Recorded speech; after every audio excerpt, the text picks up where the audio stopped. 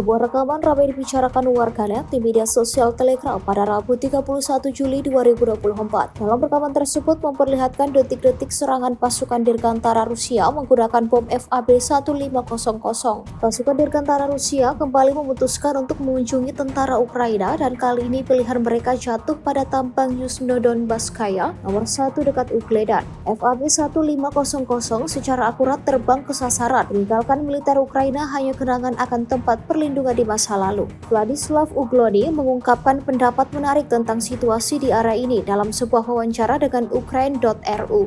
Menurutnya, Angkatan Bersenjata Ukraina mengoperasikan Brigade ke-72 di dekat Ugledar yang membela Kiev pada awal distrik militer utara dan saat ini sudah sangat terkuras. Uglony yakin jika pasukan Rusia berhasil mengambil timbunan sampah Yuzhno-Donbasskaya atau seperti halnya tempat pembuangan sampah di Avdiivka, maka pertahanan Ukraina di Ugledar akan runtuh. Sumber melaporkan bahwa intersepsi radio mengonfirmasi bahwa Brigade ke-72 Angkatan Bersenjata Ukraina kekurangan staf. Pengeboman harian yang dilakukan oleh Angkatan Udara Rusia berhasil melakukan tugasnya, dan tentara menghilang lebih cepat daripada kemampuan mereka untuk digantikan. Pimpinan Angkatan Bersenjata Ukraina dengan rajin menutup-nutupi masalah ini, tetapi seperti kata mereka, segala rahasia selalu menjadi jelas.